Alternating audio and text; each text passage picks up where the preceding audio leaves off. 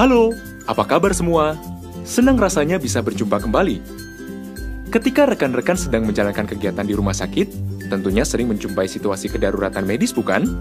Baik itu di ruang perawatan, ruang tunggu, selasar, atau di tempat lainnya. Dan semua itu jelas membutuhkan reaksi cepat dalam penanganannya.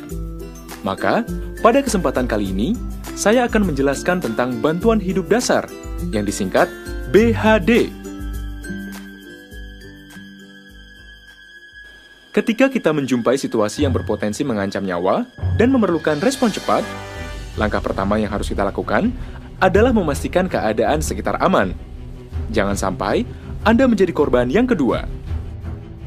Kemudian periksa kesadaran korban dengan mengguncang atau menepuk bahu sambil memanggilnya dengan lantang.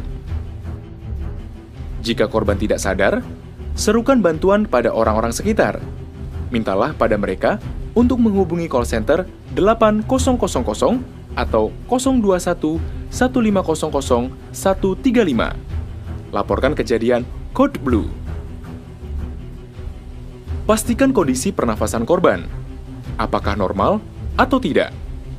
Pertama-tama, lakukan posisi head tilt chin lift.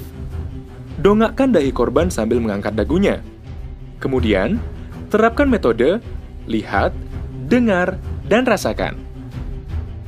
Lihat, apakah dadanya naik turun? Dengar, apakah ada suara nafas? Dan rasakan, apakah ada hembusan nafas? Lakukan semua pengecekan tersebut dalam waktu kurang dari 10 detik. Jika korban bernafas normal, jagalah jalan nafasnya dengan recovery position, sekaligus memastikan dirinya tidak tersedak.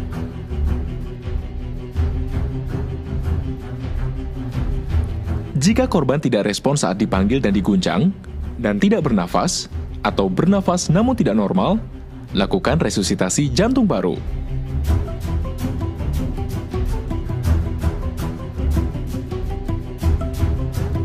Posisikan diri Anda di samping korban.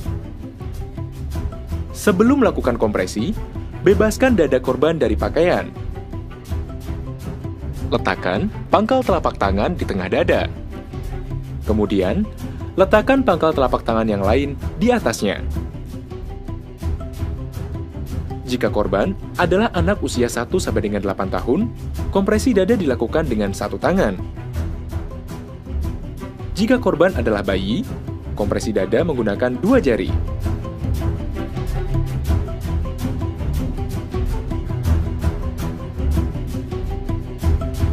Ketika melakukan kompresi, kedua lengan tidak ditekuk dan harus tegak lurus di atas dada korban.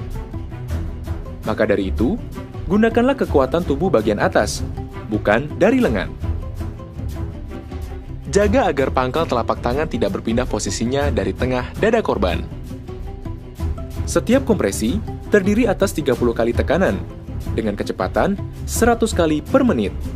Kedalamannya 5 cm dan tidak lebih dari 6 cm. Kompresi tidak boleh terputus kecuali untuk memberikan nafas buatan atau memindahkan pasien.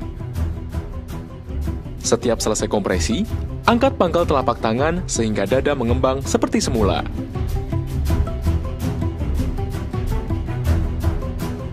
(25, 26, 27, 28, 29, 30). Berikan tiupan nafas melalui mulut korban sambil menutup hidungnya. Satu tiupan setara dengan 1 detik. Apabila dilakukan dengan benar, permukaan dada akan naik. Berikan kesempatan udara keluar dan lihat turunnya permukaan dada. Pemberian nafas buatan pada bayi dilakukan dari mulut penolong menuju mulut sekaligus hidung bayi. Rasio setiap kompresi dan nafas buatan adalah 30:2. Hentikan BHD apabila terjadi hal-hal berikut ini. Pihak penolong terancam keselamatannya. Adanya perintah jangan diresusitasi dari tim medik atau dokter. Kembalinya denyut jantung dan nafas saat pasien bergerak spontan. Proses pertolongan tersebut diambil alih langsung oleh TMRC. Secara ringkas, langkah-langkah pertolongan bantuan hidup dasar adalah sebagai berikut. Pastikan lingkungan aman dari bahaya. Pastikan kesadaran korban dengan menepuk dan memanggilnya. Serukan bantuan apabila korban tidak sadar.